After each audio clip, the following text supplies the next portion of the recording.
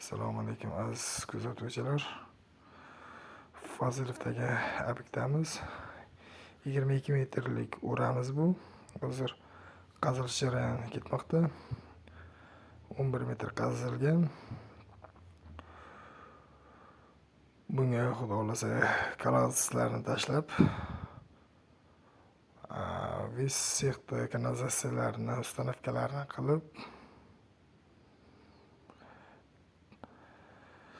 transhalarni qazib, turbalarni yotqizish ustanovkalarini ish jarayonida qo'yib boramiz. Bu yamamizdan 4 ta yama qaziladi. Mana shu sex, barcha seximizga. Kimga shunaqa xizmatlar kerak bo'lsa,